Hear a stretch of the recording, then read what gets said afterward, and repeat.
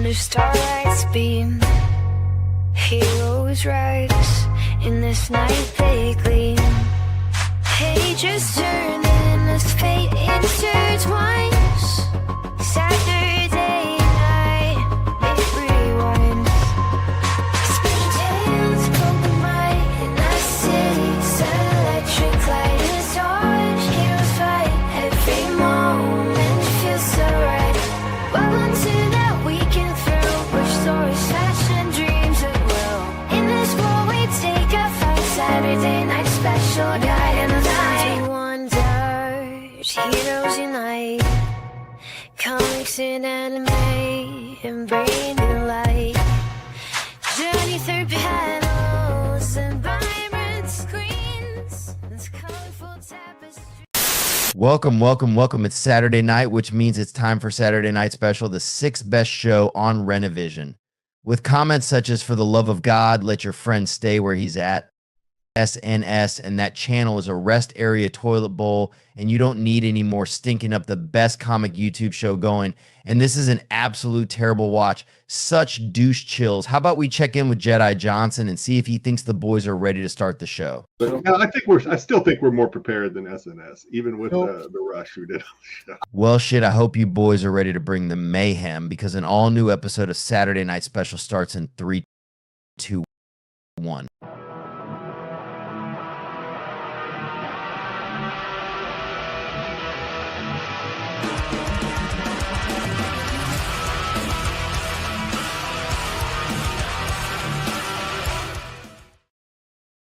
Welcome. It is a Saturday night, the only show bold enough to ask you, do you think a wrestler farts on another professional wrestler when they're wrestling? It's Saturday Night Special. We got a great show for you guys tonight. We got the Who Said It game. We got best and worst coverage of the week, anime, dodgeball, mega character matchup, you name it, we got it here. It's been a while since we've been with you. We've missed your beautiful faces, but we're so glad to be back with you. Sam Sticks, how are you guys doing tonight, man? Oh my gosh, so good. I'm glad you brought up the farting wrestlers. When I was in 7th grade, I beat everybody in my weight class, so they made me wrestle in the heavyweights. And there was a kid, his name was Pedro. He was in the heavyweights, and his routine was just to like lay on his opponent. Was he Perkisizing? He was the fattest kid in the whole school. And his whole strategy was just lay on you and just hope that you would get tired and just be done. But I was pretty strong back in the day, and I was giving him a run for his money, and he had to keep like rolling over. And every time he rolled on his back, I would get an extra point. And eventually we just kind of like his first move was to lay on me. I escaped. I'd roll him over. He'd roll back. And we ended up tying 7-7, but not before I had him in a half Nelson trying to flip him over, but my face was too close to the backside, and he hit me with a gas bomb. Boom, right in my face. I was like, oh no. Room spinning. That everyone's like, Richardson's face is green. What is going on out there? I was dying, dude. Dying. He hit me hard with that fart bomb, man. That stuff is real. That's a real weapon. And it's totally legal to fart in someone's face. And then you had pink eye for 2 weeks. It was rough. It was a rough time. Rough time in the 7th grade at Powell Junior High. That's crazy. How about you, Sticks? You feeling about Catherine O'Hara? You still that kind of the loss. That news, there's some celebrities that just kind of hit you in your heart, and that one kind of hit me. Was it because you chaperoned her high school prom? I was her chaperone for high school Sticks prom. was her babysitter up in Calgary. The old Sticks taught her Canadian to be the song. ultimate absentee parent. What was the thing about Catherine O'Hara that really stuck with you the most? Just the iconic characters she's played over her career. From the mother in Beetlejuice, the mother in Home Alone, obviously. The She mother was in Schitt's Creek. She was she was recently. Last I saw her recently, and this is she was in that Pedro Pascal TV show there. What is it? The Last of Us. She was in The Last of Us. In the last season. Sure.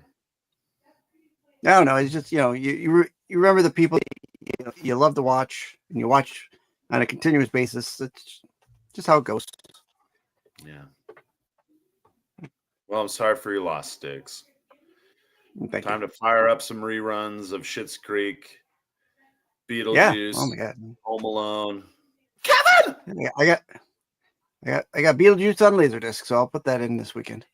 Pull out the old yearbook from when you were chaperoning Catherine O'Hara's prom. Reminisce about the good old days 60 years ago. Me and Martin Mull.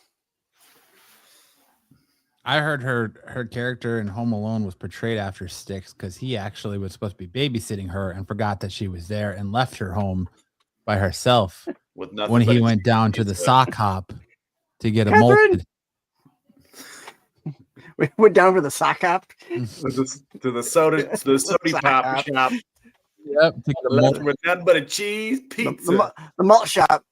Me To and get a- Scooby and the gang. get a 50-cent cheeseburger from Pops with his buddy Archie and Jughead. Jughead. Wow. Good times. It was good Yeah, times. big loss for the film industry for sure. Yeah. I do have kind of a crazy story before we get into the warm up, if you'll indulge me. Even crazier than getting farted on in a wrestling match. Yeah, dude, this is Oh. crazy. I mean, it's kind of controversial too. It's really controversial. I don't mean to start off the show with controversy. I just want to get people like thinking about things. But a buddy of mine was texting me and he goes, "Hey, did you hear I put down our other friend's dog today?" I was like, "What? What are you talking about? You put down our other friend's dog? Why would you do such a thing?" He says, "Well, the dog bit a neighbor kid on the balls. Dog bit a neighbor kid on the balls. And it was so bad that it broke the kid's skin. And he was bleeding. And so the owner was like, I can't keep this dog around if he's going to start biting kids randomly. But I'm also kind of traumatized because I had to put down a dog when I was younger and it went wrong. It didn't go well. So I need you to do it." He asked my other buddy to do it. And my buddy's like, "Okay, I guess I'll drive him out to the desert and shoot him and bury him." And I was like, Jesus. "This is crazy. That's crazy." That's mob tactics right there. Like this dog is like a, what do you call it? Spanish water dog. So they have like really curly hair, they're high energy, freaking crazy. But he bit and latched onto this kid, wouldn't let go on his own. Like all the kid did was ring the doorbell of the house, and then just I'll teach you to ring a doorbell. Who does that shit anymore? Yeah, if you don't know the people that live there, don't go there. He was like Yeah, 7 years old. What did the kid do to provoke the dog? That's a great question. I have no idea, but in Arizona, I don't know if you guys know this, but in Arizona, if a dog bites somebody, it's what they call strict liability, which means it doesn't matter what the kid did to provoke the dog. The owner of the dog is responsible for any damages that result from the bite. Right. And so the owner just didn't feel safe anymore, I guess. But it's just like, so crazy how fast they did that. And it's like, dude, Take care of your own dirty work. You got your buddy doing your wet work out here. Like, come on, man. You got to take care Why are of you your shooting a dog in the first place? You should be taking it to either the vet or the pound or Yeah, because it's turning it $600. over. It's $600 to pay 800 for bucks. yeah, it's six Yeah. $700 to pay for the vet to do it, Euthanasia. and it's like $1 for the round. So Yeah, but it's like animal cruelty. Like fuck that. it's not considered animal cruelty in Arizona to shoot a dog like that. I would not put my dog down like Wow. that. That's crazy. Mhm. It's so crazy to me. Yep. I was floored by that. I could not believe it. I mean, That's kind of crazy. first off, would you put your dog down for biting a neighbor kid like that? That's question number one. Question number two, would you have someone else do it instead of you doing it yourself? That's the part that's like, what? Come on. Well, that's I mean, it's conflicting because isn't that normally what you get a dog for is home protection? So it kind of depends on what that person is doing. And you know, if the kid just knocked on the door, how did the dog get to the kid? Get past a person to get to the kid. So there's got to be some neglect on the owner's part there. 100%. The circumstance was one of the neighbor's kids, one of the kids that lived in the house with the dog, opened the door, and they were unable to restrain the dog themselves because they're too small. The dogs, I think it's either Spanish or Portuguese water dog. It's pretty big. Weighs about 70 pounds. So it's a pretty big dog. And I feel like too, in the owner's part, like you should know how your dog reacts. Like my dog, Max, is an 11-year-old black lab. He's sketchy around people he doesn't know. I know that. So he's either out in the backyard when someone comes to the door or put away.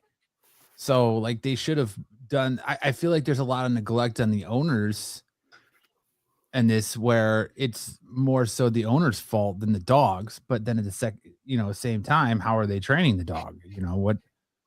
I don't know. I think there's just a lot of variables I don't really know. Yeah, it's a dog shouldn't be biting another like if the kid just knocked on the door or whatever, like if he wasn't a threat, then yeah, that dog shouldn't be biting him. But that's kind of what you have dogs for, is home protection. So I don't know. It's not a home protection dog. Yeah, it's no. What it's been trained to do. What it's been trained to do is play and breed. That's what it's been trained to do. And it tried raping my dog one time. so it is pretty accustomed to the breeding part, but it was a crazy dog. It was high energy. I wouldn't say it was a bad dog. But and he had peanut butter smothered in his ball sack, so they're kind of in a touchy situation. Yeah, it's like, what do you do with that? But it was. Tyson says, "I want an investigation." Yeah, it's just like. I mean, I don't think I would turn around and automatically put the dog down.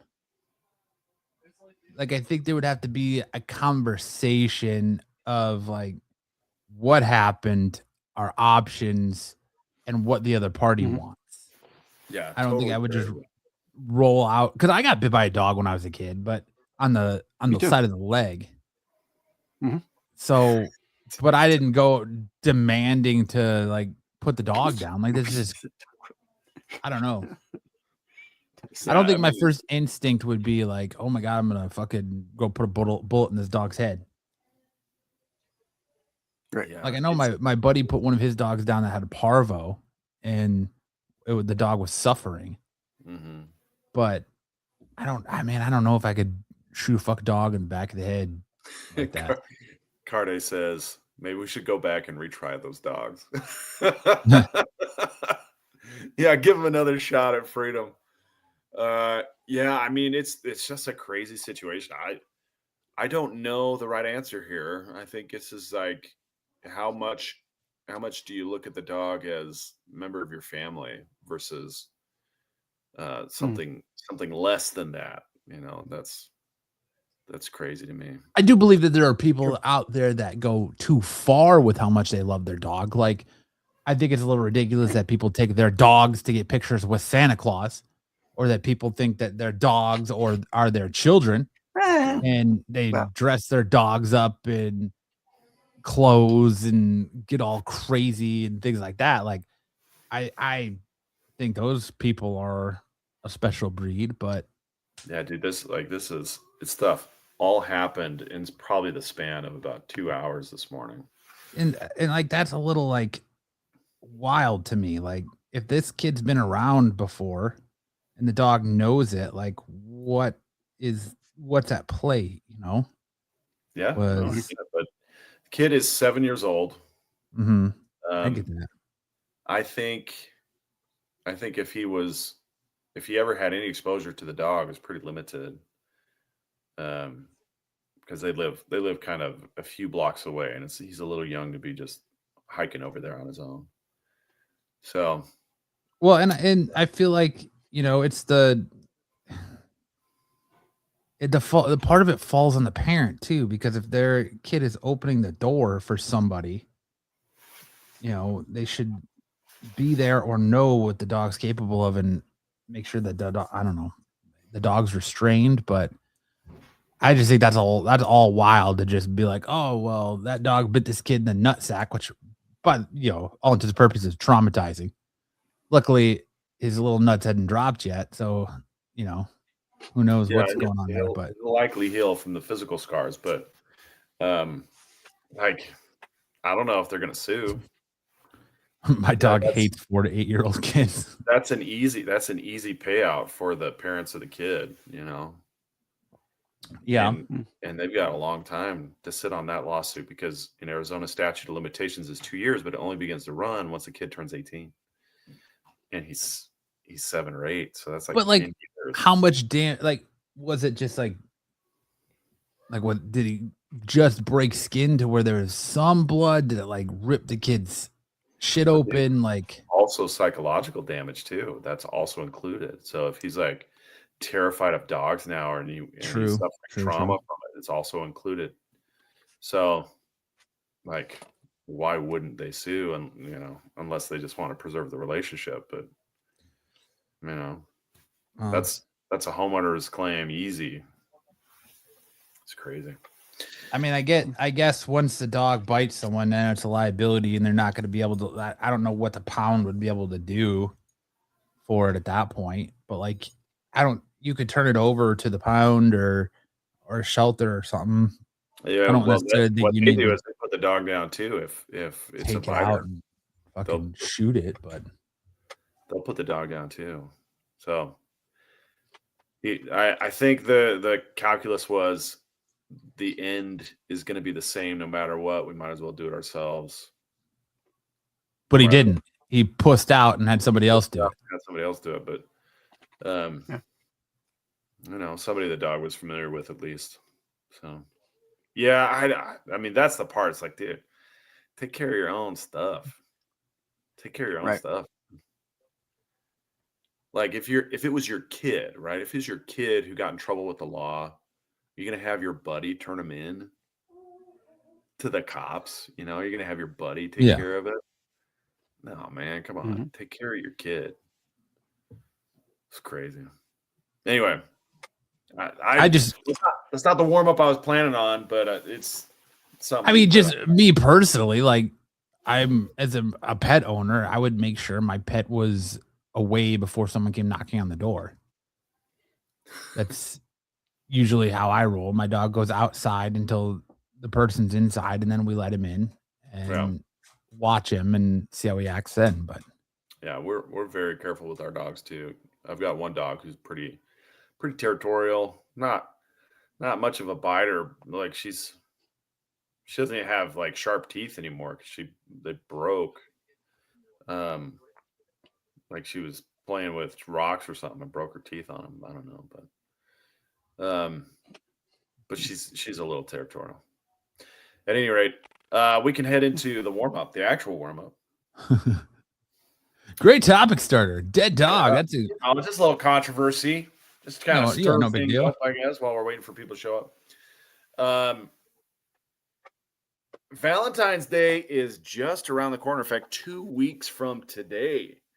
And I wanted to let you guys know there's a couple of Instagram channels out there with prison pen pals waiting for you to reach out and touch somebody. Oh yeah. Prison _connect and pen pals wanted official. I thought the pen pals videos were a little bit better than the prison connect, but let's start with Jennifer Sagers. Let's go ahead and click on that. Better in one. quality or better in? We should write them all a letter. There's some volume here, so if you need to turn on the volume, let's do it. Oh shit! Well, then I'll have to reshare. Hold on. But yeah, Valentine's Day is right around the corner. It's a perfect time to pick up a prison girlfriend. I'm sure they'll all want some Steam cards. All right, you got to turn the I'm volume getting on. posted on TikTok to Can make you some hear fun it? conversation and meet new people. I like to draw and sing, and I like to do long walks on the beach. Just kidding. Anyways, if I sound like somebody that you would like to get a hold of, you can hit me up on JPay. My number is 98217. All right, bye. JPay. JPay stands for Hi, my name's J. Jen. I'm at Pocatello Women's Correctional Center in Idaho. I am getting posted on TikTok to make some fun conversation. Hey, and I'm meet just new gonna tell you right people. now, I like to Jennifer Sagers draw can get and it, sing, all right? and I like to She do can long get it. walks on the beach. Just And kidding. these, these are Anyways, some if pretty I sound like somebody creative that you would women like to out get a here. hold of, They're winding up in on jail. JPay. My number is 98217. She's All right, wanting you bye. to buy some cigs for her, and then she'll write you some saucy letters. All right, now let's go on to the next one. She can get it. Harley. No, you got to go to the slideshow. Okay, next is Jasmine Taylor, another Idaho Correctional Facility inmate. You turn on. I'm currently incarcerated in Pocatello Women's Correctional Center. I'm looking to get to know people and just, extend my horizons on talking to people. I would just really love to connect with anyone. Life will take you anywhere. So if you're down to get to know me, add me on JPay. My IDOC is 144671. I hope to hear from you. There you go. Okay, Hey, so y'all, I'm Jasmine. this doesn't have to This be is a right up your alley. this doesn't have to be a misconnection. Now this lady, you gotta get the volume right off the start because she started. Hey, my name is Summer. I'm a freak and I like to fuck on the first date. So if you think you can keep up with me, add me 123812. Summer's There. a fucking winner. She gets right to it, baby. She gets Summer right Moore to it. Evans is a Hey, my winner. name is Summer. I'm a freak and I like to fuck on the first date. So if you think you can keep up with me, add me 123812. $5. Tyson, I think you got a winner, my friend. Summer's ready. These are all gals in the Idaho Correctional Facility. We got the two gals on either side are from Boise, and then Jasmine's in Pocatello. Valentine's Day is ready. It's ready right around the corner. It's time. It's time. Jen. I think she's in prison for fucking on the first date. It's summertime. Summertime. Hey, and that's the best part about being with Summer is that it's summer all year long. That's right. Wow.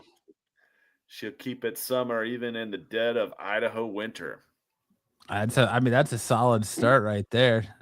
The only problem is you got to wait 5 to 10 for her to get out for that first date. That's the only thing. All right.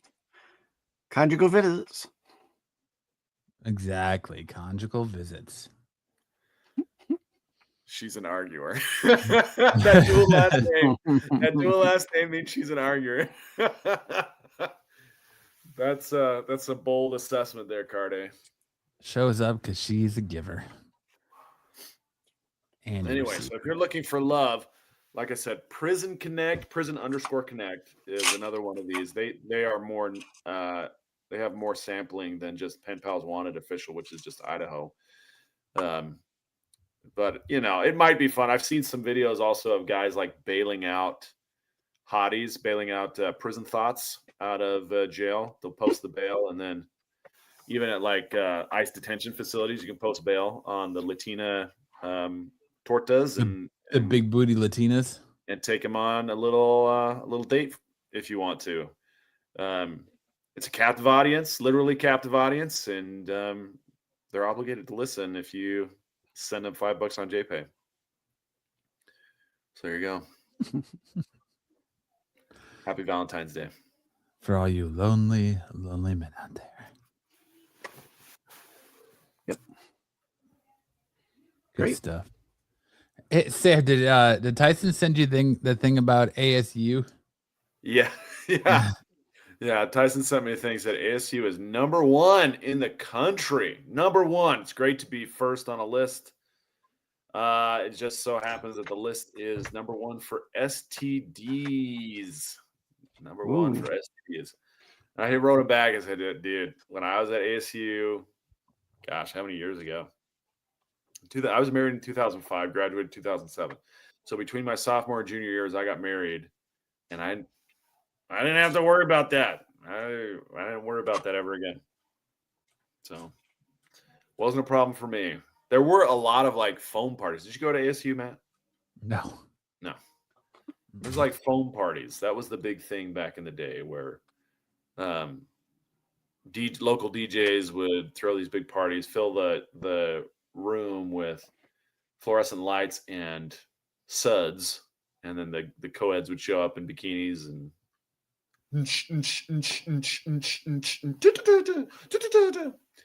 all night long. How many foam parties did you go to, Sam? 0. I went to 0 of those. You sat in your dorm room like a good little man, huh? I lived at home. I didn't have a dorm room. I lived at home with my parents until I got married, and then I moved into an apartment. Solid choice. It's great to be #1 in something. Absolutely.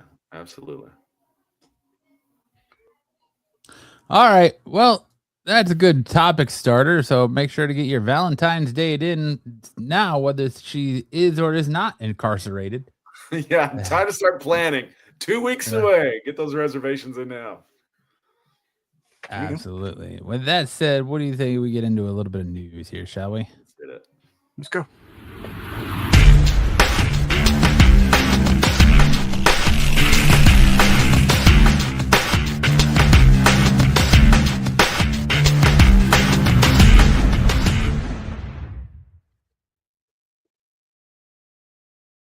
Kicking off our top spot, we are in a brand new year with the first month into 2026 in the books.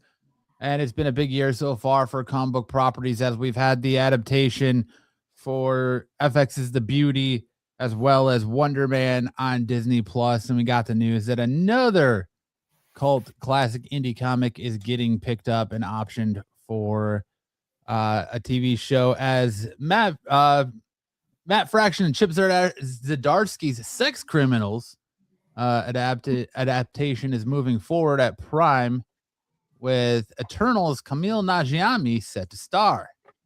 Deadline is reporting that Amazon Prime Video is moving ahead with an 8-episode adaptation of the acclaimed 2013 Image comic series Sex Criminals by Matt Fraction and Chip Zdarsky. Camille Najimy, Emily V. Gordon, and Tez Chun are on board to co-creators of the series. Najimy is set to star in an undisclosed role. Sex Criminals is the exact kind of thing Winter Coat aims to bring to life. Love stories in weird places, said Gordon and Najimy. Sex Criminals, which is one of the most banned and challenged comics in the U.S., focuses on a librarian named Susie and an actor named John who meet at a party and end up sleeping together. Later, they are shocked to discover that they share the ability to freeze time when they orgasm. As their relationships develop and their sexual histories are explored, they decide to rob banks where John works in order to save Susie's endangered library. The show's official logline reads, Sex Criminals centers on Susie, a normal girl with an extraordinary ability. When she has sex, she stops time. One night she meets John, who has the same gift, and so they do what any other sex-having, time-stopping couple would do. They rob banks. An early adaptation of the Eisner Award-winning series was in the works at Universal back in 2015, but plans fell through. Is this a Marvel movie? No, it's not a Marvel movie. It's a great story. It's a great book. It kind of was my first foray into Matt Fraction and Chip Zdarsky. Good stuff. I'll watch it. I've watched the first episode of the FX's The Beauty with Ashton Kutcher, and I found it a little hard to watch. So I haven't gone back to watch any more of that. Wonder Man's been good. I'm like 3 or 4 episodes into Wonder Man. Surprisingly good. Enjoying Wonder Man. Even started Wonder Man is good. Reviews. Yeah, it's different, definitely different take on the superhero genre, but it was good stuff. So there you go. If you like Matt Fraction and Chip Zdarsky, and you want to read, check out Sex Criminals before it comes to your Amazon Prime. I'm excited and interested about Camille Najami being attached to it, though. But you're not excited? No, I am. I like Camille Najami. I think he's funny. I love him in Silicon Valley. His stand-up's pretty good too. Yep. Yeah. I like his connection to this rather than Booster Gold. Oh yeah, well he's gonna be good Booster Gold. You might as well just get over that. Build a fucking bridge and get over that one there, Sticks. Oh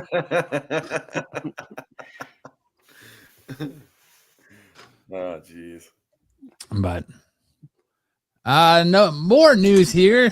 We're getting the announcement for Ted Lasso season 4. Got our first images of that, and we found out that Phil Dunster, aka Jamie Tart, will not be in that. Well, because he is being cast to replace Kit Harington in How to Train Your Dragon 2. Last year's live-action adaptation of How to Train Your Dragon exceeded expectations at the box office, earning an impressive $636 million worldwide. The sequel was announced before it was released, and that movie's cast now continues to expand. The Hollywood Reporter has confirmed that Ted Lasso star Phil Dunster has boarded the cast as Urt, a character from the 2014 animated movie who is described as the cocky, boastful, and self-proclaimed finest dragon trapper alive. Game of Thrones star Kit Harington lent his voice to Urt in 2014's DreamWorks animation feature. It's unclear whether he was approached to potentially reprise the role here, but Dunster seems like a great fit for the character. It's pretty much Jamie Tart. So I loved the live action How to Train Your Dragon. I felt like it was pretty much shot for shot for the original cartoon or animated movie. They did change a few things on it, but I still really, really enjoyed it. And I'm so looking forward to the second one. Hopefully they do the same thing for this one and do it justice. I love How to Train Your Dragon 2. They even got Gerard Butler to somehow turn in a better performance than he did in the animated one. I loved How to Train Your Dragon 2 so much. I saw it on opening day, went back, a buddy of mine went back, got another buddy, and went and saw it again. So nice. Wow. See it in live action, and hopefully it does it justice. There you go, if you're a How to Train Your Dragon fan. Well, we were sad to hear that the Ultimate Universe was ending when it was announced earlier this year at New York Comic Con, but it doesn't look like it's going to be ending quite so fast, as Ultimate Impact Comics will release the Ultimate Universe's Impact on Earth 616. The Ultimate Universe may be coming to an end, but Marvel Comics has confirmed today that its legacy lives on in Reborn Ultimate Impact. Following the final issue of Ultimate Endgame in April, Reborn Ultimate Impact will reveal the Ultimate Universe's lasting effects on the main universe. The 5-issue limited series spins out of last year's hit Ultimate Spider-Man Incursion series, where the Ultimate Universe collided with the 616 and ended with Miles Morales returning home with a mysterious origin box. Special devices used to create the heroes of the Ultimate Universe, only weaponized by the maker to rob characters of their heroic destinies. Each box holds all of that it needs to grant specific power sets to whoever dares to open it. From the mighty abilities of legendary superheroes to the deadly capabilities of the world's finest supervillains. Ultimate Impact does sound like a porn. You are correct. But it just feels like a rinse and repeat here from Marvel. What they did when they ended the original Ultimate Universe, and Miles Morales was sucked into the 616. Now it feels like we're doing that all over again. But be that as it may, there you go. If you're a fan of the Ultimate Universe and you want more Ultimate Universe stuff, you got Ultimate Impact coming your way later this year. Deep Impact. Ultimate Deep Impact. Deep penetration. Teenage Mutant Ninja Turtles fans, you're going to be eating well. It seems like all 80s and 90s kids are eating good nowadays between the announcement of the G.I. Joe Transformers stuff coming to Prime from Robert Kirkman to G.I. Joe being an amazing comic book again to Masters of the Universe. And early last year, we had the re-release of the Teenage Mutant Ninja Turtles in theaters for that anniversary. Well, we're getting the second here. For Teenage Mutant Ninja Turtles 2, The Secret of the Ooze is returning to theaters for its 35th anniversary. The original, and we're going to assume most fans would be in agreement, best live-action Teenage Mutant Ninja Turtles movie returned to the big screen last summer to mark its 35th anniversary. And Fathom Entertainment has now announced that the 1991 sequel is going to get a re-release later this year, originally planned as a 2-day engagement. The first movie's recent theatrical return proved to be a huge success, expanding to 4 weeks run, cracking the domestic box office top 10 and grossing nearly $3.7 million in the process. Fathom Entertainment's Saga Arts and Warner Brothers Pictures will re-release Teenage Mutant Ninja Turtles 2, The Secret of the Ooze in theaters nationwide for 1 week 35th anniversary run from March 13th to 19th. The movie will be presented theatrically in a newly restored 4K format for the first time. The re-release will also feature an exclusive bonus content, including a never-before-seen feature titled The Ninja Turtles Revolutions, which will screen before the film. Step into the mind of the TMNT co-creator Kevin Eastman, joining him on a vision through the past. Sit down alongside the icon at his personal drawing desk while he illustrates through the revolving history and mythos of the Teenage Mutant Ninja Turtles legend. The Secret of the Ooze was a little more cartoonish than the predecessor, which expertly managed to blend the family-friendly tone of the animated series with the gritty vibe of the original comic run. The movie is still pretty highly regarded by fans, however, and should be worth catching on the big screen if you get the chance. This is also the movie where we got the iconic line, "Look, it's Raph." Yeah, a little bit too Raph. Yep. Also, this movie is a little bit subject to scrutiny because of the changing secret. The actual Secret of the Ooze was, hey, there is no secret. It was all an accident. In the original script, they actually planned for the Secret of the Ooze to be revealed that it was the Utroms behind the mutation, and that the professor featured in the movie was going to be none other than one of the Krang. But they ended up going a different way because I think the effects budget wasn't there for the Utroms to make an appearance. So there you go. Interesting factoids. The Secret of the Ooze was, there was no secret. It was an accident. And that was kind of disappointing. That was kind of disappointing. They're babies. Yeah. Instead of Bebop and Rocksteady, we got Tucka and Razor. Because there was some kind of like legal issue where they couldn't use Bebop and Rocksteady for some reason. So that's why they went with Tucka and Razor. It was supposed to be Bebop and Rocksteady. Yep. But I love Secret of the Ooze. I love all the Turtles movies. I even like Turtles 3. I know a lot of people don't like when they go back to feudal Japan, but I like it. Yeah. It's not my favorite. 3 is not my favorite, but it did signal the return of Elias Koteas as Casey Jones and Casey Jones' ancestor. We still had the new April in 3. But you got the return of Corey Feldman as Donatello in the third one. Yeah, they did bring Corey Feldman back. So 3 had some good things, a lot of weird things, but it had some good things to it. Still the original, man. I don't know why they went and put the freckles on him, but Ed must be boycotting because of Sam. What's wrong with what I said? 100% Lunch says, tell Sam to stop destroying childhood. What did I do? What did I do to destroy his childhood? I don't know. Obviously, it's very offensive, though. I think you should apologize, Sam. No apology for me. I'm just telling it like I sees it.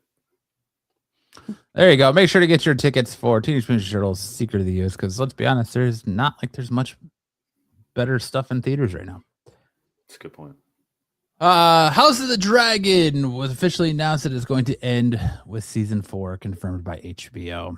House of the Dragons will officially come to a close with the season 4.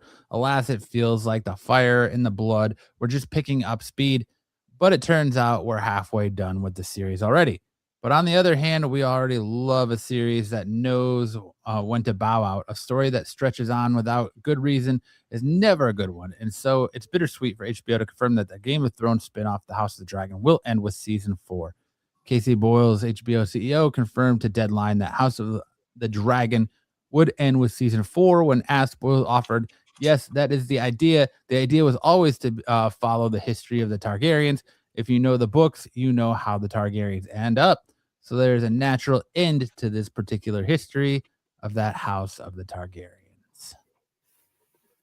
I wish they would bring back Millie Alcock to this show because she was the best part of it. Well, her character is now played by somebody else.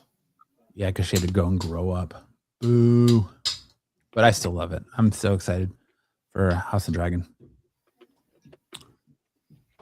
Very good. I haven't yet to watch the new spinoff they have. Night of the Realm. Is it what it's called? Night of the Realm? Night of the Seven Realms or something like that. Yeah, I haven't watched that yet. Apparently there's something with a man genitalia in it or some weird shit so far that I've only heard people talking about. So I don't know. I might have to. The Real House of the Dragon. Yeah. Yeah. There you go. And of course, what would life be without the announcement of the final chapter of the Fast and the Furious saga? The next Fast and Furious sequel gets a title and a March 2028 release date. It's time to go to another quarter mile at a time. The next film in the Fast and the Furious franchise, which is officially titled Fast Forever, will race into theaters on March 17, 2028.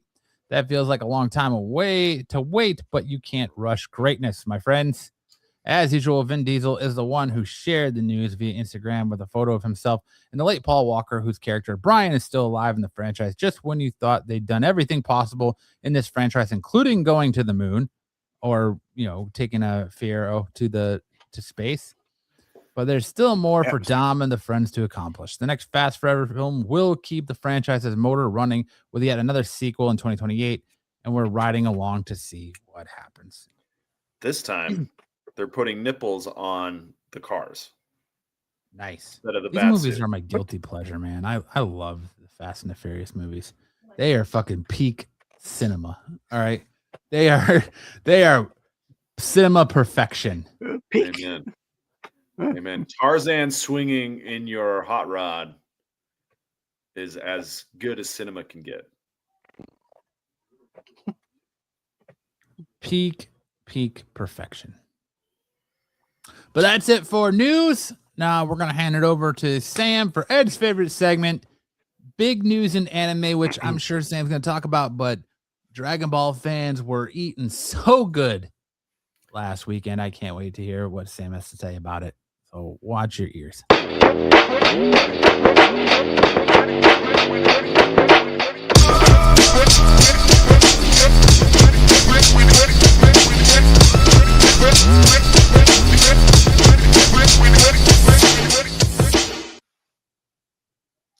All right, first up, we have Dragon Ball Super continues with two major projects being announced. One is dropping later this year, which is a retelling of Dragon Ball Beerus Battle of Gods, the movie, the first part of the series of Dragon Ball Super.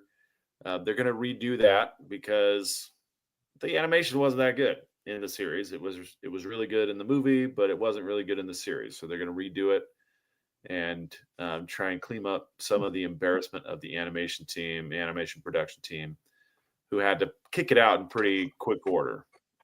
So they're redoing that. Look for that in October this year. The other one, Galactic Control, I did not see. I don't think we got the release date for this one yet, but I'm guessing it's going to be 2027. Is the continuation of the Dragon Ball Super anime with what we call the Moro arc, but what they're calling the Galactic Patrol, because that's who's basically in charge. It's the space cops called the Galactic Patrol, who are the ones who are housing the villain known as Moro, and then they deputize Goku and Vegeta as part of the space police so that they can help catch this villain known as Moro. These were kind of the highlight announcements for me, but they also announced lots of other things at the Dragon Ball 40th anniversary extravaganza, including updates to Dragon Ball Sparking Zero, some new games coming down the line, and maybe even a return to the Dragon Ball Super manga. So lots of big things coming this year because it's the 40th anniversary of the Dragon Ball manga. So, Matt, what was the part that you liked most about this announcement? I know you were following it pretty well too. I'm intrigued by the Dragon Ball 1000 game. Gonna be going super far into the future with that. I'm excited for the return of Dragon Ball Super and adding the Galactic Patrol or Moro arc to the end of it there. But really, the fact that we're getting a remake of Dragon Ball Super, where it's essentially like Dragon Ball Super Kai, and they're taking it and pretty much doing away with some of the filler episodes. So like they're cutting the Battle of Gods arc down to 6 episodes, and I think like the Frieza or the Resurrection of F was like going to be 8 episodes, and then the Universe 7 or 6 tournament was like 10 episodes. Like the episode count goes up, but they're kind of doing, I'm assuming, with like what One Piece is doing, where they're, instead of one long anime, they're going seasonal with it. And so like Beerus is the first season, which is covering Battle of Gods, and then they're probably going to do, they changed the name. It's not Resurrection of F anymore. They changed it to something else. But from what I've seen, people saying that we're probably not going to get the Moral arc till late 2027, maybe not even 2028, because of the fact that the Beerus stuff isn't coming till October. So then you got to, what it sounds like is they're going to play it out and re-air all of the current episodes, and then after the Tournament of Power, then we move into the Galactic Patrol arc. So probably late 2027, early 2028 before I would probably say October 2028 for the Galactic Patrol arc, but we'll see. Yeah, it's still a long ways away, but it's nice to know that we've got more content coming. And it's nice to know like how much Akira Toriyama was actually involved in this. Like there's a lot of this stuff was in the process before he passed away. And he was working on the new video game and even created the original character for the video game. And kind of a lot of the reworks and stuff he's very much involved in. So it'll be interesting to see what they do and see if we get if they tweak the anime a little bit to kind of give us why Goku doesn't use Super Saiyan 4 in Dragon Ball Super. Or retcon it to include Super Saiyan 4. Or retcon it to include Super Saiyan 4, yeah. Yeah. But I'm stoked. Yeah, I'm really excited too. I love Dragon Ball. Dragon Ball has been part of my life for a long time. All right, next slide. Kenichi the Mightiest Disciple gets a new sequel manga in March. Shun Matsuena announced on X on Thursday that he will launch a new sequel manga for Kenichi the Mightiest Disciple, which is basically called Kenichi the Mightiest Disciple 2 Master's Arc. If you guys are not familiar, this is a series that started 2005, 2006, and went through 2014. It also spawned an anime that you can now watch on Netflix. I saw that was dropped on Netflix last week. And it follows Kenichi, and he is the mightiest disciple, which means that he's studying in this dojo under many different martial arts masters. And you see those masters kind of in the back hanging out. He has to learn various disciplines of martial arts to become a strong fighter. And The reasons for the things that he fights are various, but he basically gets pitted against kind of a criminal enterprise that also has these very strong martial artists as assassins or as kind of counters to what they're doing. And it has a lot of fan service, as you can kind of see from the graphic here. So if you guys are into that kind of thing, be my guest. Who am I to judge? You guys are grown men, so do what you got to do. All right, so that's it for that slide. We'll move on to the next one. Boichi is a manga artist I really like. He did a series called Dr. Stone, and he also drew a graphic novel related to One Piece, kind of a spin-off or prequel series called Ace's Story. And his art style is very interesting to me. It's somewhere between realism and the anime style. But it's highly detailed, still stylized, but it's highly detailed, and I think it's really, really good. But he hasn't really done anything new in quite some time, and now we see that he's going to come out with a new spinoff of the Rokudenashi Blues manga, and it's going to center on a fight between Onizuka and Kasai, two of the four heavenly kings in the original story of Rokudenashi Blues. It's meant to drop later this year, so look for that. I think it's going to be in the Shonen Sunday magazine, but you can probably find it on the Viz Manga app or the Manga Plus app. It's not going to be on the Shonen Jump app. So that's it for that. And then one more news story. Junji Ito, who's got some of the creepiest stories out there, some of his works are being adapted into a show called a Taiwanese show called Bloody Smart. And you guys know what's that? What is that? All right, Bloody Smart, the Taiwanese series that's going to be kind of compiling and uniting his stories in a very similar way to the Scary Stories to Tell in the Dark work was done. There's this one really spooky story he did about these killer balloons that had nooses at the end of them, and people's heads, or the balloons were shaped like people's heads, and they would kind of follow those people around trying to kill them by scooping them up with the noose at the end of the balloon. If you popped your balloon, your head would also pop. And so people just kind of shut themselves inside to avoid the balloon. But they're just like super creepy. And then you can see on the top photo is what they're planning to do with the creepy balloons. They're just going to be like these giant floating heads with these kind of a reflective eye as they're pursuing people and trying to kill them. So the story itself is called Hanging Balloons. I think it's a really creepy, really spooky read. If you like horror, I think you would really appreciate the Hanging Balloons, and it's worth a read. All right, and that'll bring us to the manga spotlight, which is One Punch Man season 3, part 1 is over. They did announce a part 2. I think we mentioned that previously, but in case I didn't, I just want to let you know. And that is going to be coming out later this year. Or sorry, in 2027. Manga or anime? Anime. Yeah, dude, I tried watching the One Piece anime. I can't get past the first of it. Not One Piece. One Punch Man. One Punch Man, season 3. Yes. I can't do it. I can't do it. It's so bad. It's so awful. Like nobody moves. It's just a bunch of expressions and lines. Like it's so bad. I can't do it. I can't do it. I had to shut it off.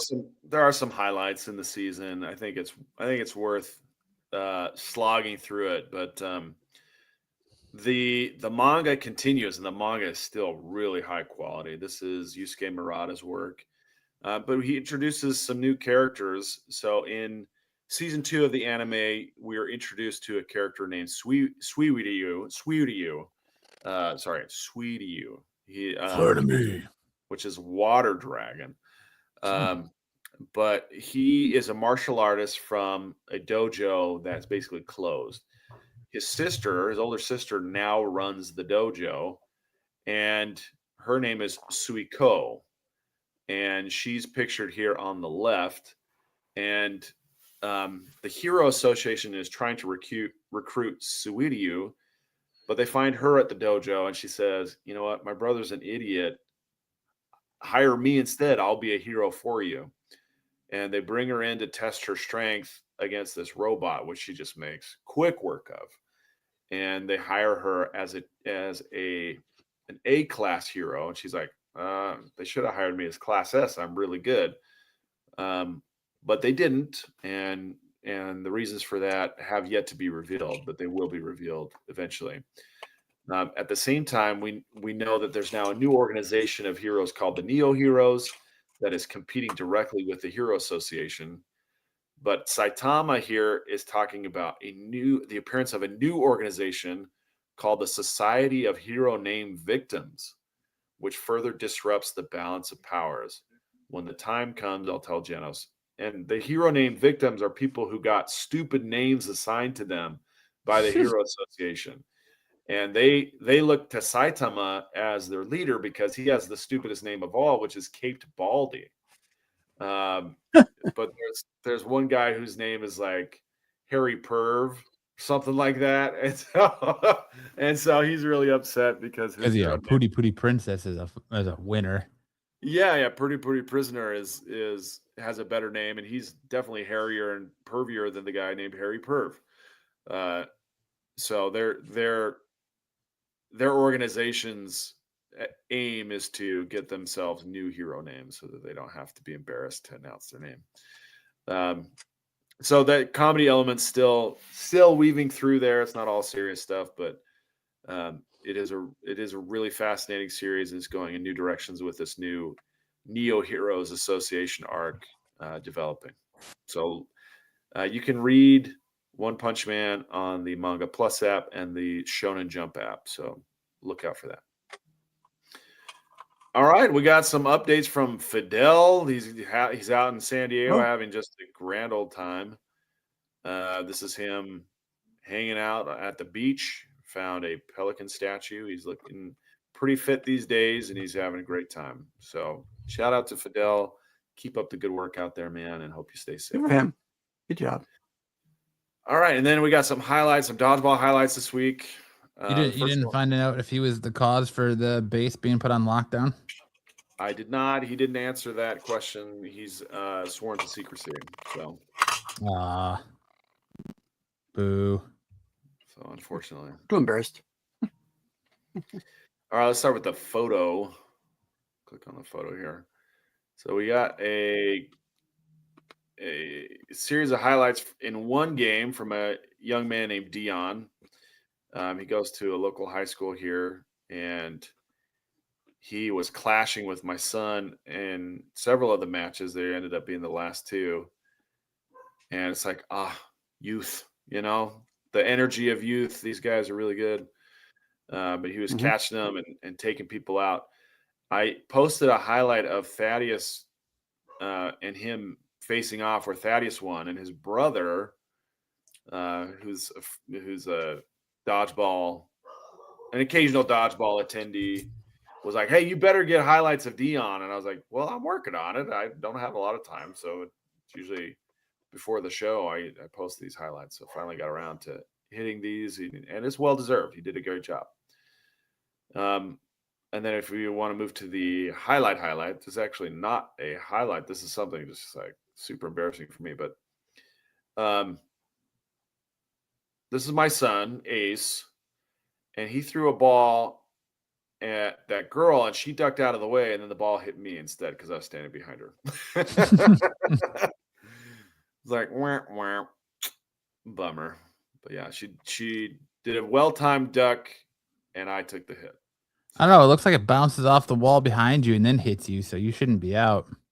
No, it definitely hit me first. It like skimmed across my leg. It's just in order to.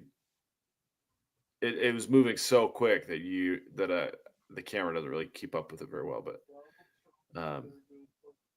how honest of you to say that it hit you instead of be like, no, it didn't hit me. No, it's very apparent that it hit me. If you're in the gym, you can not only see it, but you can hear it when it hits somebody, and it definitely hit me. So no avoiding it. I was just like, well, shoot, and then I just had to walk off the freaking court like a dork. Agent Fidel on duty. Nice porn stash. Absolutely. Well, there you go. That's it for dodgeball. And I'll throw it back to you, Matt. For me to throw it back to you for mega character matchup. It's time for our next matchup: Squirrel Girl versus Craven the Hunter. Oh, Grumpy. I think Sam was distracted when she bent over. That's why he got hit. Just the kid, dude. She's just a kid. She's like 14 years old. So no, I was not distracted by that. She was blocking my vision because she was standing in front of me, and then she suddenly ducked. But yeah. All right, Sam, tell us about Craven the Hunter. All right, Craven the Hunter. I think he might have the only chance of taking out Squirrel Girl because he is the hunter, but he's got an 80 out of 100 for intelligence. He's a master tactician, strategist, and tracker, genius level hunter's intuition. He has a 60 out of 100 strength enhanced by potions and can lift 2 tons at his peak. His speed is 65 out of 100. Superhuman burst, can keep pace with Spider-Man briefly. His durability is 70 out of 100. He has enhanced physiology, shrugs off bullets, blades, and falls. His agility is 75 out of 100. He has acrobat level movement, jungle mobility, and combat flips. His reflexes are 80 out of 100. He has lightning fast reactions, can tag Spider-Man with prep. And his combat skill is 90 out of 100, probably getting close to his highest stats here. He's a master of dozens of martial arts, pressure point expert. And he has 85 out of 100 stamina. He can fight for hours, enhanced endurance from potions. His stealth is 95 out of 100, one of Marvel's greatest trackers, near invisible in the wilderness. His weapon mastery is 85 out of 100. He's an expert with spears, knives, nets, poisons, and traps. And his tactical prep is almost as good as they come. 95 out of 100, his greatest strength, studies prey obsessively, and adapts. All right. Squirrel Girl, as we know, 70 out of 100 for intelligence, 55 out of 100 for strength, 60 out of 100 for speed, 65 out of 100 for durability, energy projection very low at 5. His combat skill is 75 out of 100, stamina 80, agility 90, reflexes 85, animal control 95, and luck factor 100 out of 100. Canonically, absurd plot armor, can defeat cosmic beings because she is Squirrel Girl. That's the one piece that is difficult to overcome. So here we go. Into our scenario. We're in a dense forest outside New York. It's Styx's neighborhood. Squirrel Girl is tracking a group of poachers, harming wildlife and interfering in the proms that Styx is chaperoning. Craven is hunting the same group. When he sees Squirrel Girl's abilities, he decides she is the true challenge. This time, Craven prepares, and preparation is everything. Craven studies Squirrel Girl for days. Her movement patterns, her reliance on agility, her squirrel communication, her tendency to avoid lethal force. He sets up the battlefield with ultrasonic emitters that disrupt squirrel communication, scent masking agents to hide his presence, pressure-triggered nets, tranquilizer microdarts tuned for enhanced physiology. When Squirrel Girl enters the forest, she immediately senses something is wrong. The squirrels scatter and become disoriented, and that's when Craven strikes. Squirrel Girl is no joke in a serious fight, though. She dodges Craven's first ambush, lands a powerful kick that cracks a tree, uses her claws to shred his net, moves unpredictably, forcing Craven to adapt. But Craven is a master hunter. He doesn't fight her strength, he fights her habits. He uses misdirection, feints, and traps to force her into predictable escape routes every time she dodges, stepping closer to where he wants her. Craven finally lands a hit, a tranquilizer dart to her thigh, not enough to knock her out, but enough to slow her reflexes. Squirrel Girl tries to summon the squirrels, but the ultrasonic disruptor scrambled their senses. Her greatest advantage is gone. Craven presses the attack. Bola wraps her legs, second dart to her shoulder, uses pressure point strikes to weaken her mobility. He avoids lethal blows, respecting her as a worthy opponent. Squirrel Girl fights fiercely, but her slowed reflexes and lack of backup tilt the battle. And the final round, Squirrel Girl makes one last attempt, a full force pounce meant to end the fight. Craven anticipates it. He counters with a perfectly timed takedown. Using her momentum against her, he pins her with reinforced restraints designed for superhuman prey. She struggles, but those tranquilizers finally take hold. Craven kneels beside her, respectful and solemn. You are a magnificent warrior, but every creature can be hunted if the hunter learns its nature. He leaves her safely restrained for authorities, unharmed, but defeated. That's right. Craven the Hunter takes down Squirrel Girl. We find out What a who man. the next hunt for Craven will be. Maharaga. Short Whoops. Pump Marco. Whoops, Maharaga. Accidental Maharaga. Adam Warlock. Warlock. Well, Craven, we hardly knew you. Yeah, it looks like Craven's victory is going to be short-lived as he goes up against Adam Warlock in our next rousing round of mega character matchup. That brings us into our best and worst covers of the week. We got a few on here this week. It's a big week, but not a lot of awful covers. Kicking us off here, we have this cover B, Chris Burnham variant on Batman or DCKO Night Fight number 4. Bat versus Bat. What's going on here? It just so this book is basically Batman is being transferred to all these different realities where his former Robins are now Batman. So he's fighting the Damian Wayne version of Batman here, and all in the black. And yeah, I don't know why they all got the like college humor Batman-esque mouth. Swear at me. Mad Magazine Batman. Yeah. So, not great. Not great at all. No. Then we got this Ultimate Wolverine Perez cover for Ultimate Wolverine number 14. I don't know what's going on here. But I don't understand why Wolverine's little mask things look more like ears than they do parts of his mask. Yeah, I don't know. He looks more like a devil with a beard. Yeah, what is this? Daredevil Wolverine? And look more like he's going Arr! Than he does. Yeah, this anything definitely was a contender for Taco Bell. They spilled my beer. He farted on me. You know how much these IPAs cost? It's Canada. It ain't cheap. True. Then we got this Absolute Green Lantern 11 Chuma Hill cardstock cover. Oh, good lord. Yeah, the head and the eyes are what did it for me. Like it just not great here. Could be a lot better. Yeah. Not a fan. My hope is that the preliminary sketch and hopefully the actual cover will be better. But this, yeah, that's not good. My hope. Max Henry slips into Max Henry. Yeah. I haven't done that in a while. No. And for our best covers of the week here, we have this cover C Yasmin Perderi variant on DC KO Night Fight number 4. Now that's a good one. You got Batman being restrained by the by the Tim God damn it. The Grayson Batman. As you got the Damian Wayne Batman right here, and you got Jason Todd Batman right here, and you got the Tim Drake Batman right here. Ready to ride.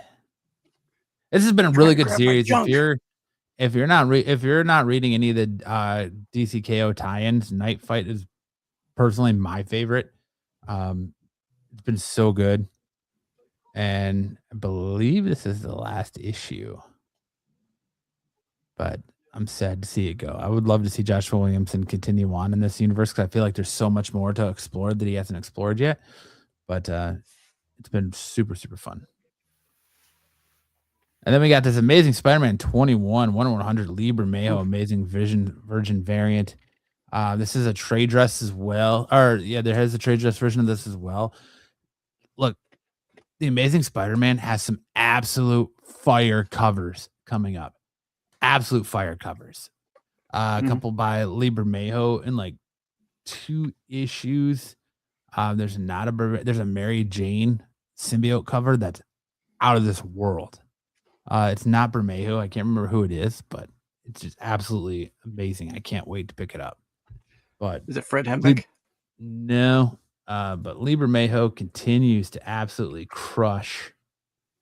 I want to say it's Avant Talavera. Oh, I can check here real quick. Is that the Jason Momoa Craven? No, it's the God, who's the guy that played Cable? I can't think of his name right now. And Josh Brolin. Josh Brolin, yes. Yeah.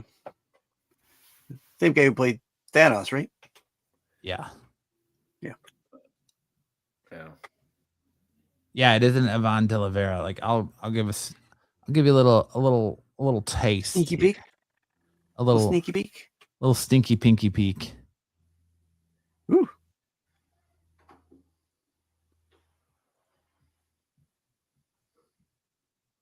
Ooh. Okay. Gorgeous. Very nice. Gorgeous. Oh, that is nice. So she dropped the act of being like a hulking brute, I guess, huh? Gorgeous. I can't wait to get that. And then like next issue has this really, really good Bermejo black suit Spider-Man cover too. That's cool. So I mean, you know, I've seen that one, yeah. Lee Bermejo has some fucking bangers coming up. Bangers. That's cool. 2025 getting absolutely outshined already by his work in 2026. But Bermejo banging it. Little sneaky peeky there. Little stinky pinky. Nothing wrong with a sneaky peek. Then we got this cover. B, George Farnes variant for Batgirl 16. Dude, that hot pink background with the yellow bats symbol and the bats making up her cowl, dude. It's amazing. 4 days. Amazing cover. Amazing.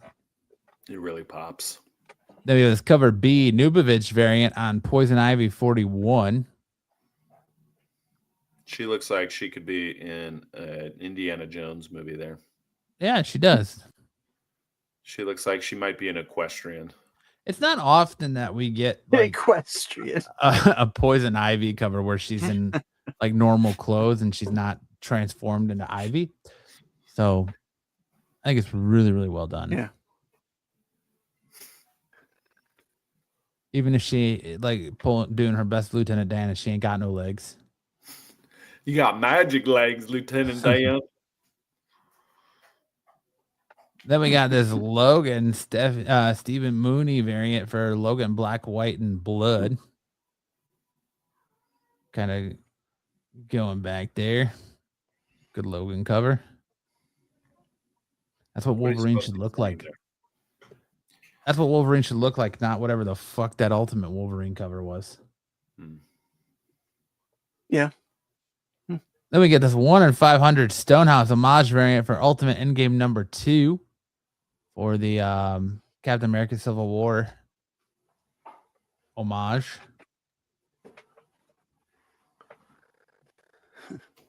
One in 500. You gonna drop $500 on this, Sticks? I am not. I mean, we know you got it like that. I'm not. You got those old AT&T savings bonds from 1906. New York Telephone, actually. Okay. Even better. Because your name's like Stanley Yelnats.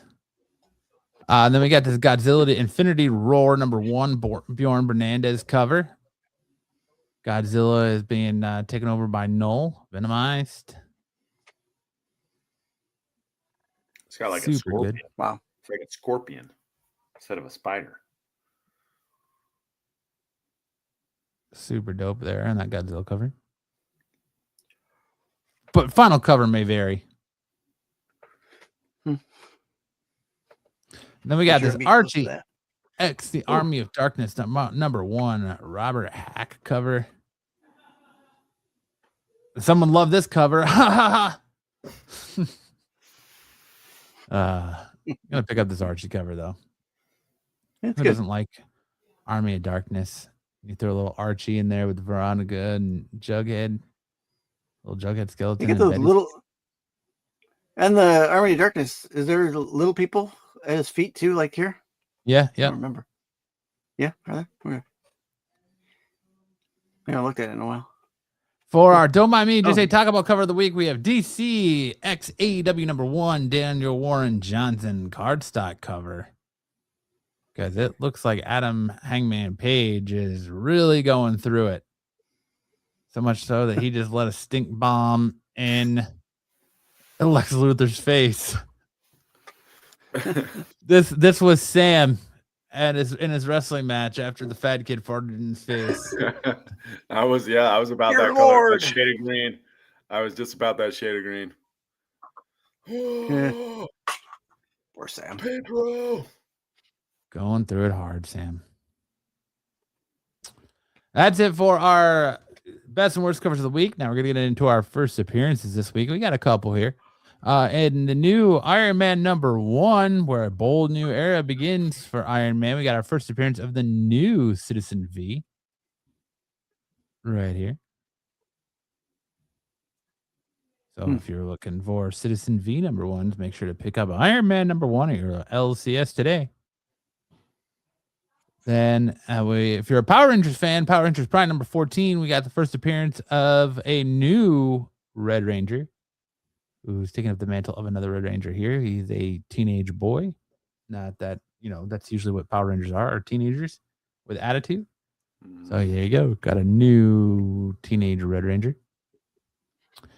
Then if you're reading Absolute Martian Manhunter, you got the introduction of the Despair into the Absolute Universe. The Despair here. And if you're reading Absolute Wonder Woman, you already know that we got not only the introduction to the Absolute Zatanna, we got the Absolute Suicide Squad. Who does that include? It looks like Cheetah, some lizard lady, a big redhead lady, and then like a brown face robot. What is that? Big redhead lady. And then Zatanna. I like big redhead lady. Is that Big Bertha? Is that who that is? It's big redhead lady. I don't know. I haven't read it. I have Absolute Wonder Woman. I actually have it sitting right here. I just haven't gotten to it yet. Is that like a female Clayface on the right there? Who's that? No. So I guess the It's Star Wars. like she's just something in an armor of some sort. It looks like it's got eye holes. It's got eye holes. The little eye holes there. Thank you. Thank you for pointing that out. Did I tell you about the eye holes?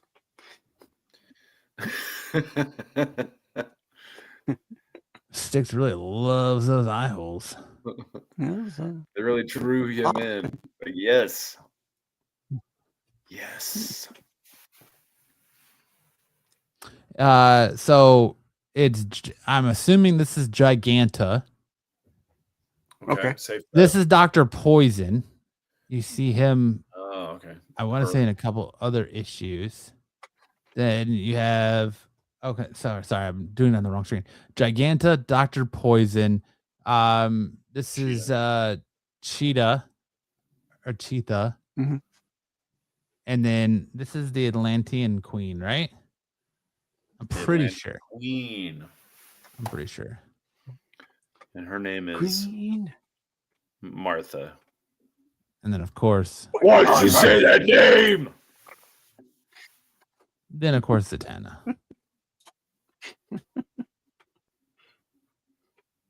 And that's it for our first appearance this week. We're going to move right into my comic book picks of the week here. My first comic book pick of the week is Absolute Batman number 16. Absolute Batman has been actually absolutely crushing it. I'm to the point now where I think with the sell of Warner Brothers and DC Studios to Netflix should say, listen, James Gunn, maybe you need to take a back seat and take that full-on Kevin Feige role. Just be a producer, be an overseer, let somebody else write the movies and hand it over to Scott Snyder, because he is doing some masterful work in the Absolute Batman universe. We got kind of a filler issue here. This kind of takes place after issue 14 of Absolute Batman, because issue 5, where they finished the fight with Bane. Absolute 15 was the first origin of the Joker. Then we got the Arkham special, which is the other origin of the Absolute Joker.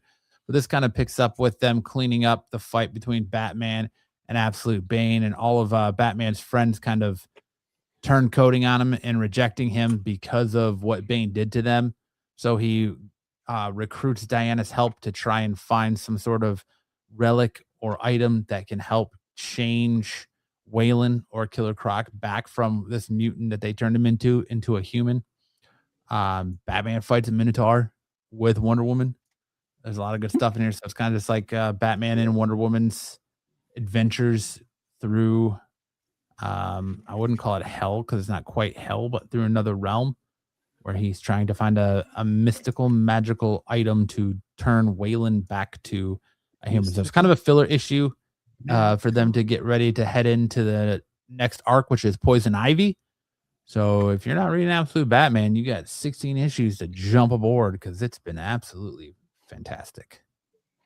Pun intended. Wrestle Heist. As a wrestling fan, I'm absolutely loving Wrestle Heist.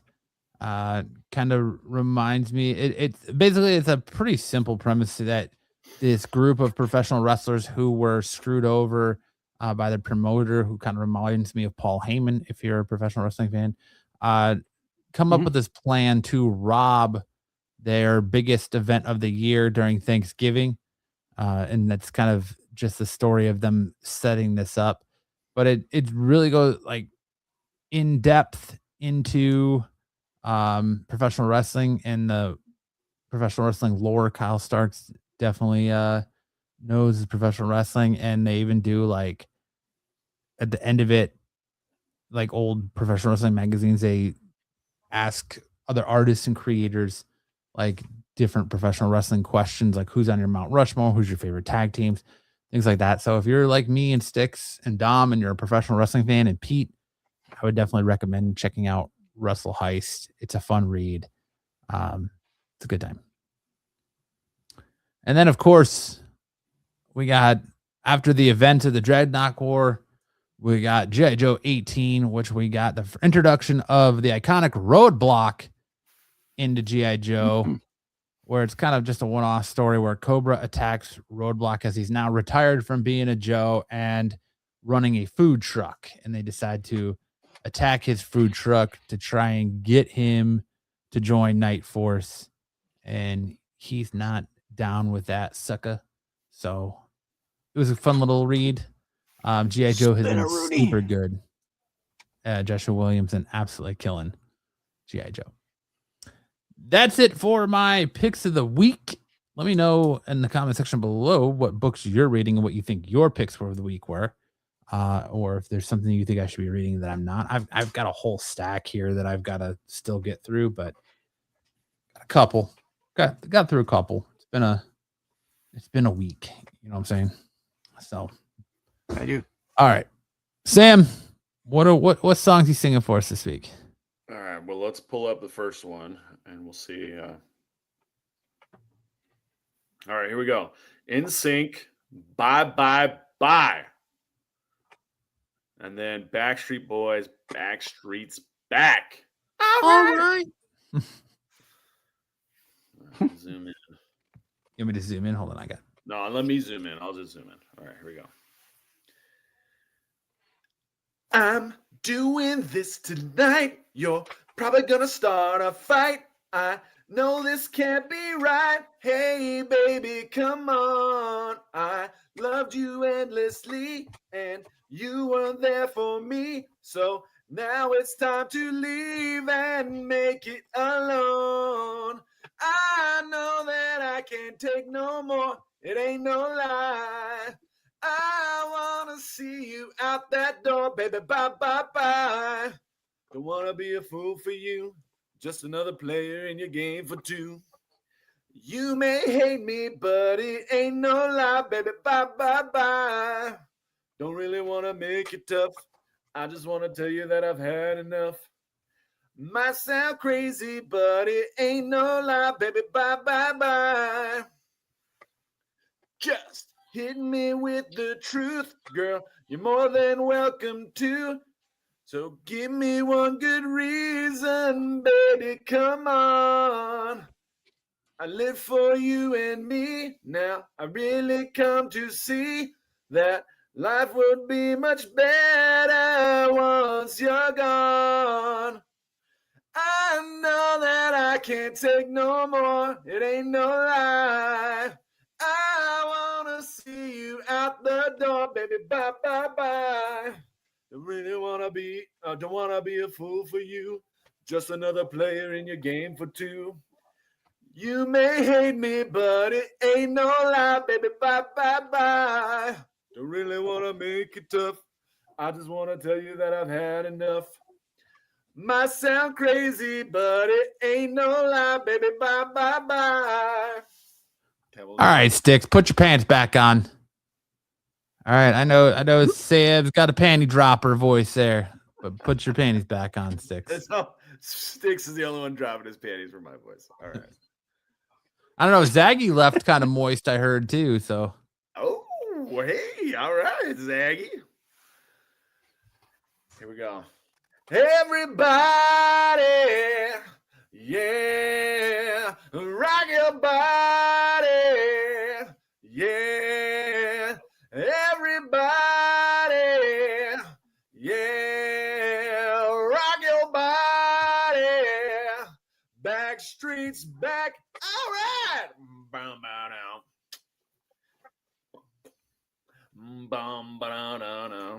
hey, yeah.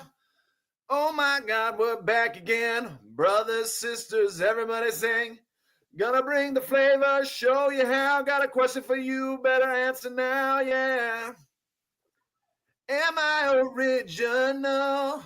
Yeah. Am I the only one? Yeah. Am I sexual? Yeah. Am I everything you need? You better rock your body now. Everybody, yeah, rock your body, yeah, everybody, back streets back, all right, bow, bow, bow. All right, we'll leave it there. All right, so what is the thing that connects these? They're both going on tour this year. That is true. That is true. The thing that connects these is that I performed these both at a dance concert when I was in high school. How are we supposed to know that? How are we supposed to connect those dots? I'm telling you now.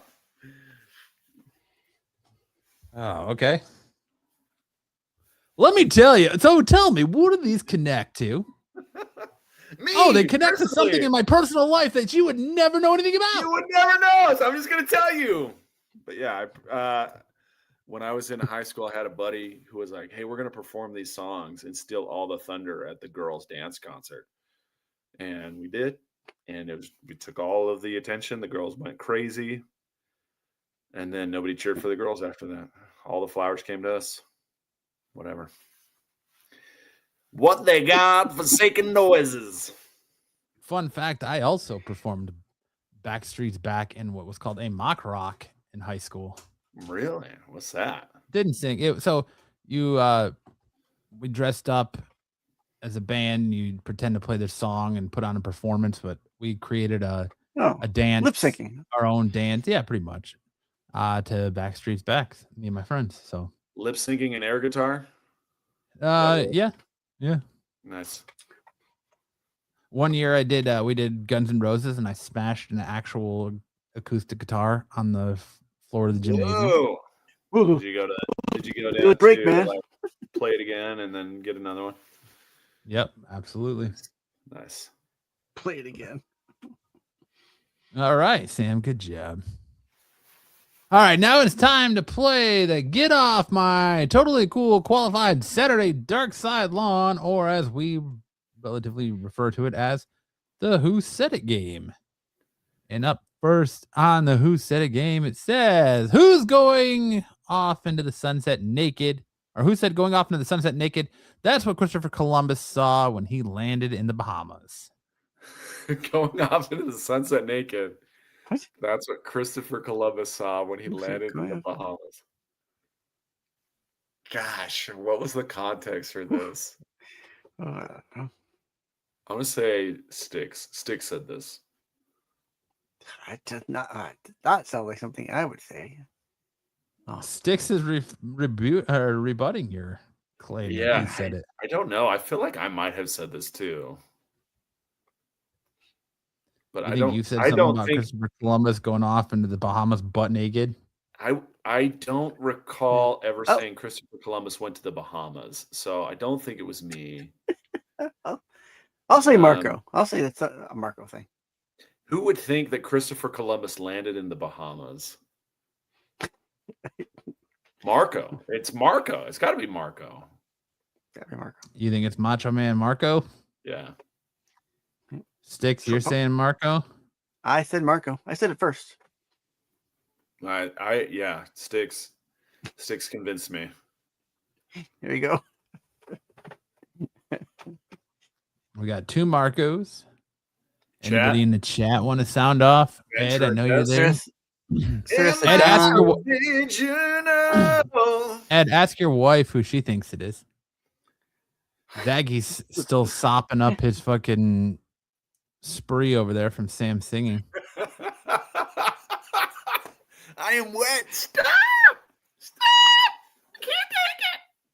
Hell is a Somebody Square get him Circle up. is a great comic, BK, but if you haven't given Wrestle Heist a try, I would recommend it.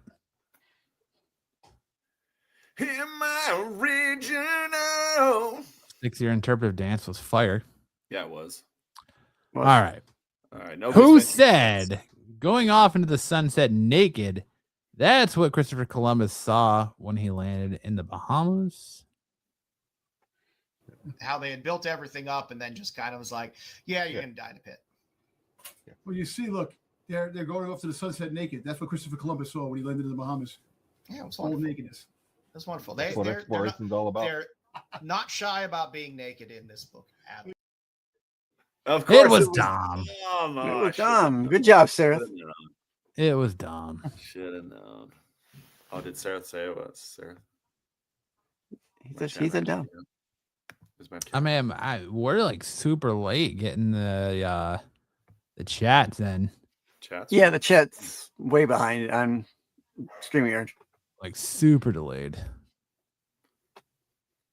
All right. Who said I don't spank it to paper? Marco. Spank it to paper. Gotta be Marco. Hey, I don't spank it to paper. Who said I don't spank it to paper? Sam thinks it was Marco. What say you there, Sticks? Sticks is muted, Okay, apparently. Sticks is not saying anything. Sticks I is forgot Sticks is back in time still. His internet still thinks it's playing the bumper from the anime segment. Sarath says Sticks. Cosmic says BK. Ed says Sticks. I had to go to the chat to see because it's not coming through StreamYard for some odd reason. But all right. He's not Sarath said Sticks uses stone tablets. Oh, that's great. All right. Who said I don't spank it to paper? No, Oh. I appreciate art, but no, I don't get fetish off of fucking comic book covers. I'm not a gooner, dude. No I don't kink spank shaming it on to this show. fucking.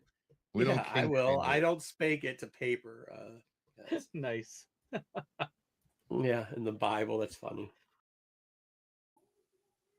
It was Macho Bingo. Man Marco. Bingo. Mr. Deep V himself. The King of Baltimore. Member of the Hyatt Regency Frequent Stayers Club. One more trip and he gets a free Deep V. Absolutely. What his initials on it? Monogrammed Deep V. Who said I'm going balls deep into D&D? Pete Renna. Who's going balls deep in D&D? I bet it was Pete. Sam thinks it's Peter Renna. Could be me. Could be me too. Could be me too. Are you going It balls was Bruce. deep in D&D, Sam? It was Bruce. Six says it's Bruce. It's Bruce. Ed says Bruce. Sarah said Yeah, Marco it's looks like a bowling pin in that picture. Yes, he does. I'm gonna say bowling Pete. pin. I say Pete. Cosmic says Marco. We just had a Marco quote. Zaggy says Bruce. All right. Who said I'm going balls deep into D&D? We're ready for the show too. And We gotta wait for this guy talking about you. Pete, look at this, Pete. Oh, Official handbook. I'm going balls deep into D&D. Yeah, All dude, about the there's a beautiful Tubi thing. channel where there's just people just playing it all day. I put it on the background. Wow, that's great. That is great. That was Bruce. Good job, everybody. I saw Pete on the screen. I was like, I got a chance. I got a chance. All right. Who said I literally made a fart sarcophagus last night?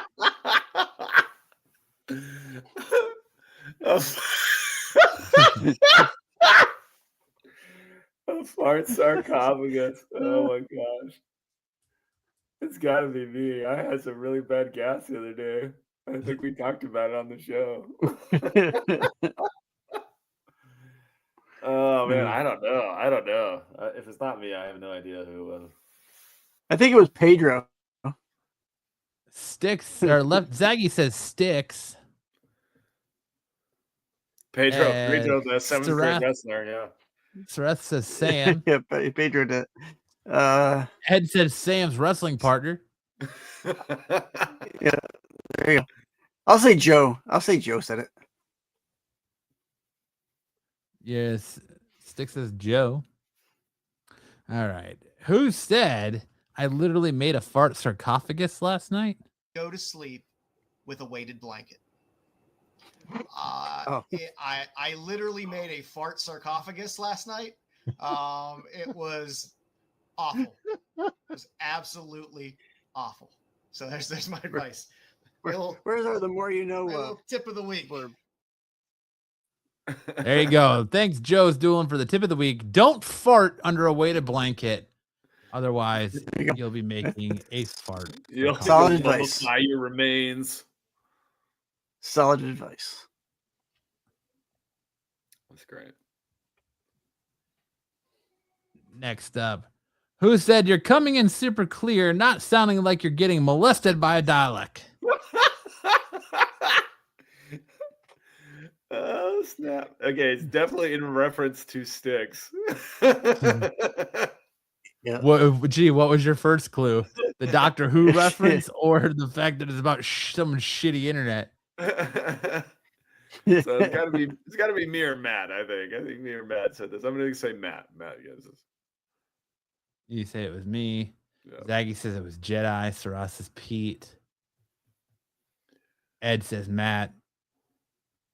Sticks is muted. Sticks, Ed you can't says- unmute yourself eventually, right? Cosmic says Matt. Sticks will be unmuted once the clip's done playing. Oh, hey, we're getting our Oh, messages. Sticks now. says Matt. Hey, look, yeah, our chat's back now. Look at that. All right. Who said you're coming in super clear, not sounding like you're getting molested by a dialect? So you're gonna go see it? That looks like it's right up your alley. I After David haven't even Smith said seen the first one. Sticks, did you get better internet? No. Coming in super clear, not sounding like you're getting molested by a dialect. No, internet's the fame. It's probably just a good spot on the night, you know. No, I never saw the first Avatar. It was coming in super clear. Sticks' internet. Coming in like a champ. Who said Kyle's trying to figure out whether he wants to crack his fingers or finger his crack? This was a showstopper. You kidding me? I know exactly who said this. This is like shut things down. It's like everyone's like, what? What did he just say? Oh my gosh, can't believe that just got said. Oh, that was a tough night. I had two just total room killers. Everyone was like, what?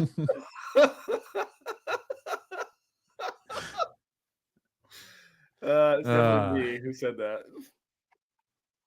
Let's find out. Was no contest, no debate. It was me. Was that Sam? World. Kyle's trying to figure out whether he wants to crack his fingers or finger his crack.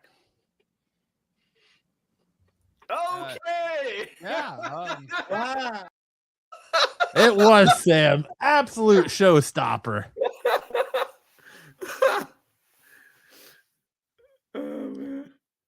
Absolute showstopper from Sam. And last but not least, who said that sword is too phallic for me? Well, it definitely wasn't Bruce. There's no limits to how phallic something can be for Bruce.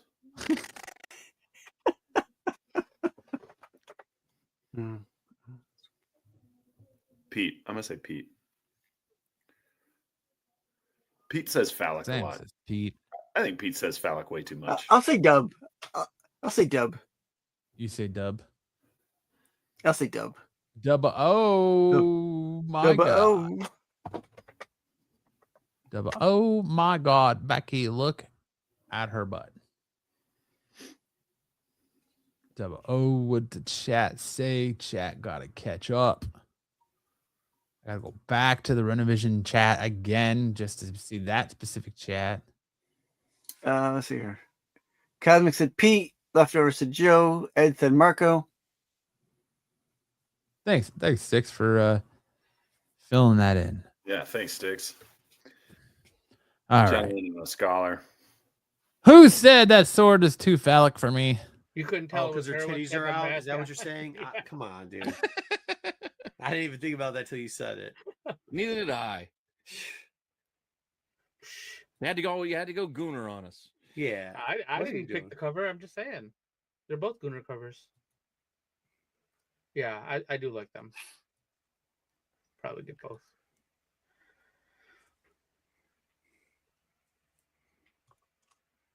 We now have Dead Samurai number 5, the 1 in 50, Bill Sienkiewicz, which said signed in the solicitation. So I don't know if I don't know what the signed part is, but whatever. Yeah, that's how I was doing it. I was doing it about the why the Japanese cherry blossoms, cherry blossom versus Japanese no, cherry I get blossom. that. And yeah. I'm also neither one in cherry blossom season. I might add, but whatever. Well, I don't care about cherry blossom season, but I'm still in this case. I'm going Sienkiewicz because that sword is too phallic for me, and it looks like it's just yo, Pete. Right This is why we can't have you on the show because all you talk about is dongs on comic books. She's. That's right. It was Pete. All you talk about is dogs. Pete love his dong comics. He does talk about that a lot. That's it. He's very for Who concerned Said It about how game. phallic things are. Now it's time for that time of the show where we say we don't want to talk about hot chicks. We just want to talk about hot chicks or dudes. We just want to talk about comics. It's time for Missed Connections.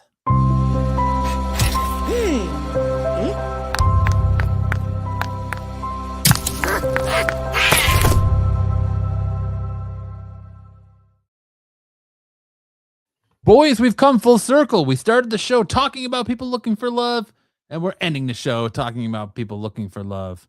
It's that season. Always stop. Sam, you want to kick us off? Uber driver, Rockville. Last Saturday, you drove me home and came up to my place. I dressed in my sissy clothes, and you used me.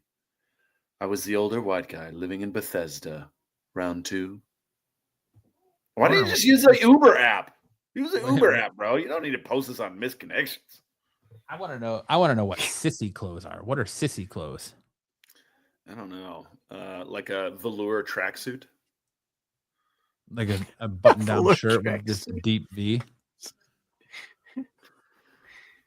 A velour tracksuit that says "juicy" in bedazzled on the butt. Six is wearing those sweatpants right now. Only they're cut off at the cheeks. They're cut off at the cheeks. Gotta let them breathe. Yeah. Like assless chaps. Okay, well, Sticks is on mute, so you got to go, Matt. Perfect timing. Mike from Chester. What happened? Short pump? This poor guy. This poor guy's getting called out on the internet for being Mr. Come Quick Thumb Dick. Old short pump himself. Poor guy. All right, Sticks. Before you get muted. All right. Natty Glow Shop and Save. You were wearing a blue and white dress, maybe flowers on it. You're a big girl and beautiful. I love big girls. We smiled as we passed. I think I said hello. I'm a big guy wearing a black t-shirt. I was watching you shop, looking for a chance to tell you all the filthy things I was thinking about doing to you.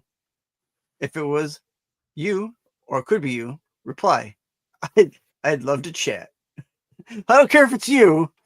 If it's anyone who wants to reply, it might be you. Reply. Are you sure it was you? It might be you. I don't know. Please reply. You know what? Somebody reply. I'm lonely. Someone willing. He's just looking for someone willing. So if a lonely man. If it's even close, if we're even close, he's a lonely man. For a little prison love. Page, Midland. I got a 26-year-old cage for your pet rooster. Show pet size. See if it fits. This the rooster. Give it to the rooster. That's very naughty. Why would you keep your rooster in a cage? Free range. Free ranged. Cosmic says nasty. Very nasty. All right. Picks and sharing. Leppensburg. I don't have cages, Tyson. Hey, so I'm kind of a bear, masculine, biker type, complete bottom, 40 years old, MW, 6', 225 pounds. I'm not gutsy enough to meet and can't host anyway, but I want an older man's attention. LOL. We can exchange non-face pics and talk about our first and our best. Just want to share our mutual exchange. Prefer older white tops. Why do you care if they're a top or a bottom when you say you don't want you can't host and you just want to exchange non-face pics and talk about your first and your best? None of us are equipped to answer those questions, Matthew. None of us know the answer to those questions. Piggy Spank says, this dude not really boat stuff. Someone looking for Bruce? It's not my expertise. I don't have the answer to these questions. But that's it. That's our show for this beautiful Saturday night. Unless Styx wants to completely shock me with a segment of his own. No, because this isn't the qualified where he actually participates. Son of a bitch. We're lucky if we even get his audio, you know? I know. That's why half the time I don't look a gift horse in the mouth. Audio roulette was he's got an extension on his internet that's the show. Hey, that would be a good pod. That'd be a good show for you, Sticks. Audio roulette. Audio roulette.